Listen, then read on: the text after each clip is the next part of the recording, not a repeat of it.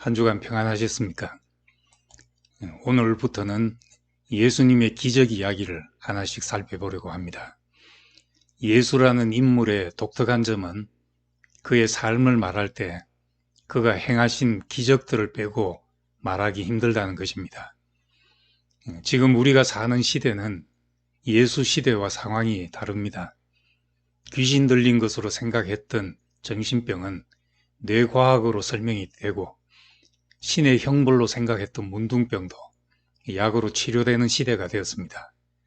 그렇지만 아직 사람이 과학적으로 설명할 수 있는 것보다 모르는 것이 훨씬 많습니다.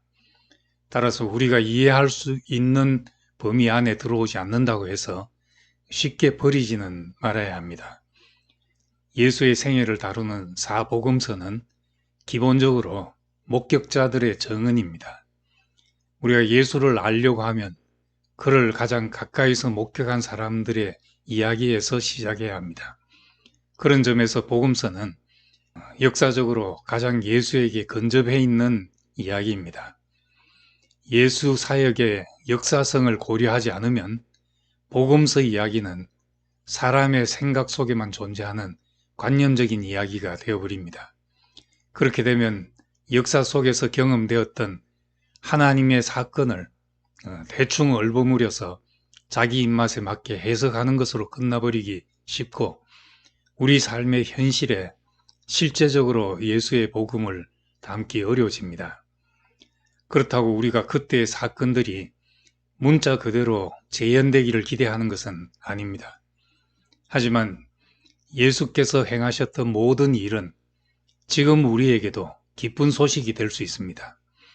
예수께서 행하신 일이 우리에게도 기쁜 소식이 되자면 사도들이 예수의 삶과 행적에서 깨닫고 체험한 것을 이해하고 우리 삶에 가져다주는 의미를 발견해야 할 것입니다.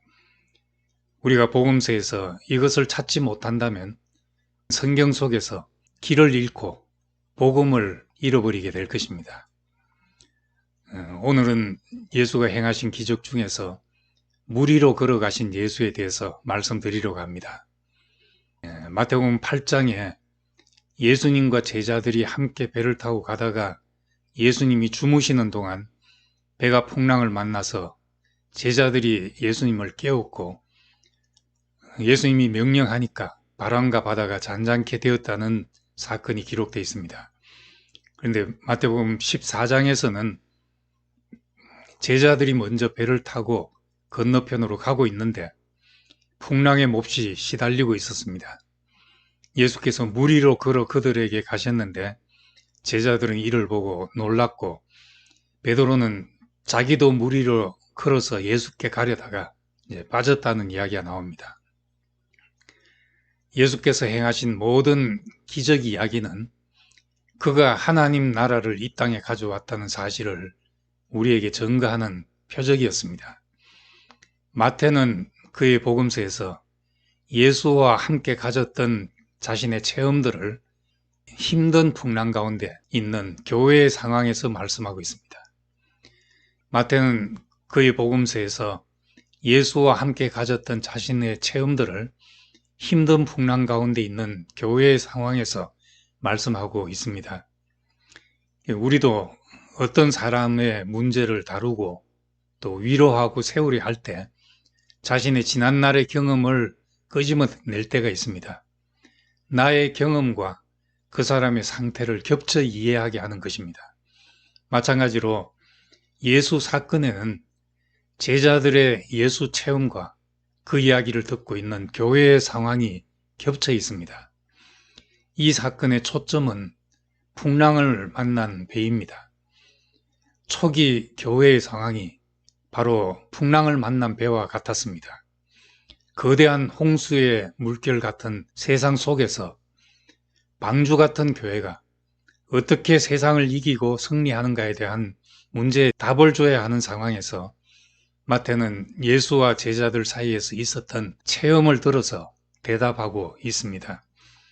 초기 교회는 갈릴리 바다에서 풍랑을 만난 배와 같은 상황이었습니다. 누가복음 12장 32절에는 적은 무리여 무서워 말라.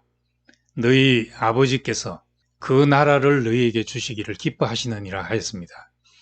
이렇게 말씀한 이유는 예수와 함께 한 사람들이 미약한 적은 무리였기 때문입니다. 갈릴리 호수는 팔레스타인 지역의 젖줄과도 같은 제법 큰 호수입니다. 거기 사는 사람들은 그것이 전부였기 때문에 바다라고 했고, 지중해 연안과 산악지대의 기온차와 골짜기 지형 때문에 풍랑이 일 때가 종종 있다고 합니다. 그곳을 생활 터전으로 삼고 살던 사람들이 갈릴리 풍랑을 극복하는 정도는 알 수 있었던 사람들입니다.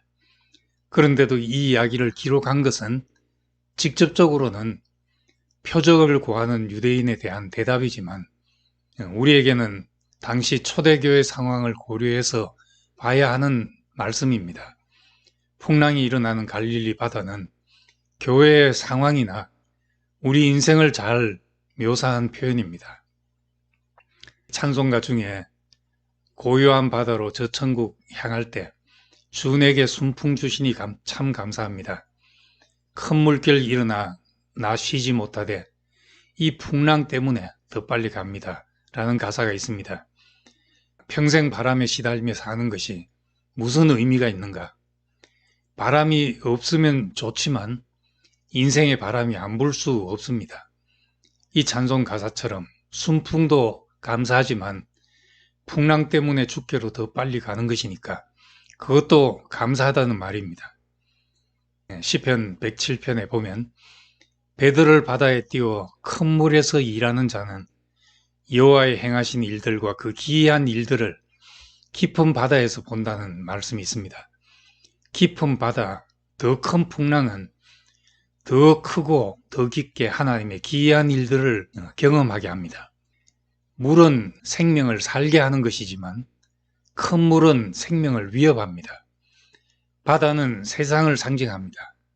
특히 창세기 1장에 땅을 덮은 물이나 창세기 6장의 노아의 홍수, 그리고 계시록의 붉은 용이 나오는 바다와 물 위에 앉은 음녀 등은 사망과 권세 잡은 자, 사탄의 세력을 상징합니다. 우리 앞에는 방해와 유혹이 있습니다. 이스라엘이 홍해와 요단강을 건너야 했던 것은 가나안이라는 부르심의 목표가 있었기 때문입니다. 만약 부르심이 없었다면 그들은 고달프긴 해도 이집트에서 고기도 먹고 마늘도 먹으며 살았을 것입니다. 그러나 부르심이 있는 사람에게는 방해도 함께 오는 것입니다. 그리스도를 위하여 너희에게 은혜를 주신 것은 다만 그를 믿을 뿐 아니라 또한 그를 위하여 고난도 받게 하심이라 하였습니다. 아무런 목표가 없다면 인생의 풍파가 없이 편하게 사는 것이 제일입니다. 그렇지만 우리에게는 부르심의 소망이 있어서 지나가야 할 길이 있고 겪어야 할 과정이 있습니다. 부르심의 소망이 있을 때 우리에게 일어나는 모든 고난은 의미 있는 연단이 되는 것입니다. 예수님이 배에 올라오자 풍랑이 잠잠해졌습니다. 제자들은 예수와 한 배를 탄 것입니다. 한 운명 공동체라는 것을 표현할 때 한 배를 탔다고 합니다. 초대교회는 예수와 한 운명이었습니다. 고난받는 자리에서 함께 고난받고 부끄러움 당한 자리에서 함께 부끄러움 당할 수밖에 없었습니다. 고린도후서 4장 10절에 우리가 항상 예수의 죽음을 몸에 짊어지면 예수의 생명이 또한 우리 몸에 나타나게 하려 함이라 하였습니다. 예수 안에는 풍랑이 없습니다. 그분 안에는 사망이 없습니다. 부활 생명 안에는 풍랑이 삼킬 수 없는 생명이 있습니다. 요한계시록에 새 하늘과 새 땅을 보니 바다도 다시 있지 않더라 하였습니다. 요한계시록 15장에는 불 섞인 유리바다 같은 것이 있는데 그 유리바닷가에 서서 하나님의 검은글을 가지고 하나님의 종 모세의 노래, 어린 양의 노래를 부르는 자들이 나옵니다. 불 섞인 유리바다라고 했는데 불이 섞였다는 것은 심판이 있다는 것을 의미합니다. 그렇지만 유리바다니까 심판이 전혀 미치지 않는 것을 말합니다. 심판을 보지만 그것이 전혀 자기에게 미치지 않는 사람, 풍랑이 있지만 풍랑과 전혀 상관없는 사람으로 있게 되는 것입니다. 그리스도와 함께 있으면 우리는 그런 경험을 하게 됩니다. 감사합니다.